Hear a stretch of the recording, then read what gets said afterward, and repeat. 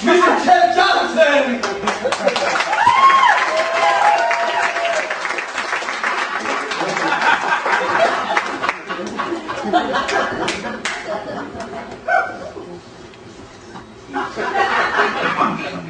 Many years ago, I remember, of an army doctor interviewing a private. And the private says, "Every time I shake my leg like this, it hurts." He said, "God damn it, don't shake it." But you know, when one has something that hurts, there's a subtle temptation to keep worrying it. Like if you have a filling out of a tooth, your tongue plays with the empty hole. And children will experiment with pain in this way. It's like a dare. Children are always playing the game of daring each other to do something forbidden. Because the risk of disapproval involved, the calamity that may follow from it, it makes it so exciting. And why on earth do people challenge disaster the way they do? Doing all sorts of wildly adventurous things. Because obviously that gives a taste, a quality to the vibration. Why, the craving for speed. So, it's only if you look very carefully at a vibration that you can see that. That's why meditative exercises often involve a repetition process. Or saying a phrase, or doing an act like a mudra, over and over and over again. And after a while it becomes meaningless. You could say your own name like the Sufis do, and go on and on and on and on and on, and finally it doesn't mean anything at all. It's just a noise. But it isn't just a noise. The attitude of saying that something is just a noise or just a wiggle is an adult attitude.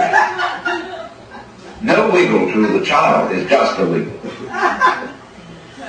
To the child, the elemental thing going on is you know, I mean, it's just fantastic.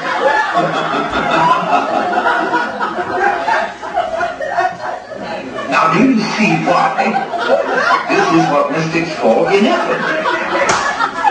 That is to say, you can't really talk about it. When I try to explain what I mean by digging a sound,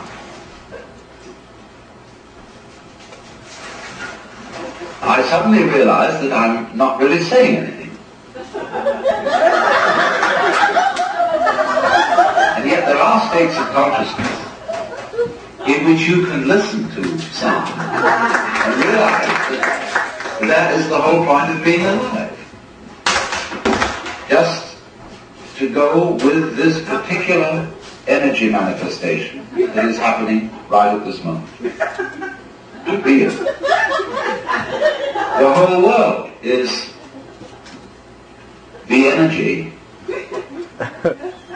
playing and doing all this. Like a kaleidoscope, jazzing.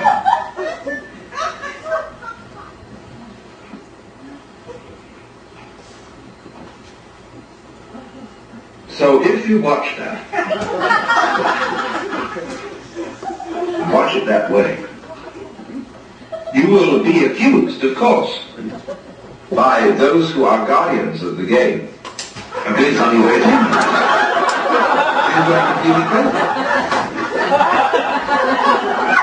The number of theological texts I've read,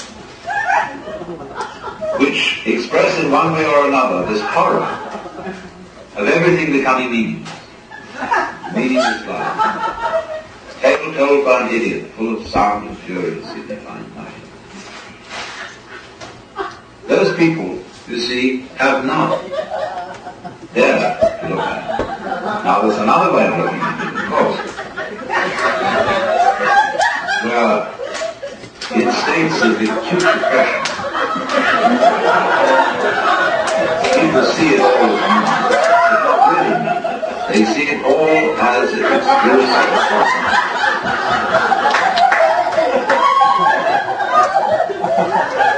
Let's imagine that everything is mechanical. There are no living beings at all. There are a lot of beings that are such good computers that you can't tell the difference between them and what you thought were people. But everything going on is simply clockwork. And there's nobody at home, although it puts on a convincing show that there is. So you get the feeling that the entire world is enameled tin, or patent leather, or plastic, and tasteless, hollow, vulgar, like a Wurlitzer jukebox.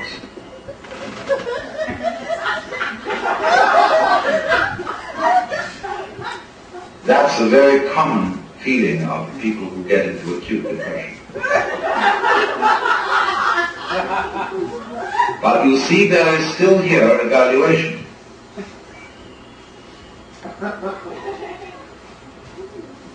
You are associating the world with the mechanical as distinct from the and we have a tendency to put down there, because obviously a plastic flower doesn't have the center, doesn't have the soft nucleus of the living flower. There are perfect plastic flowers, but you know what it will do. It will smell vaguely like soap, and it won't smell like a flower.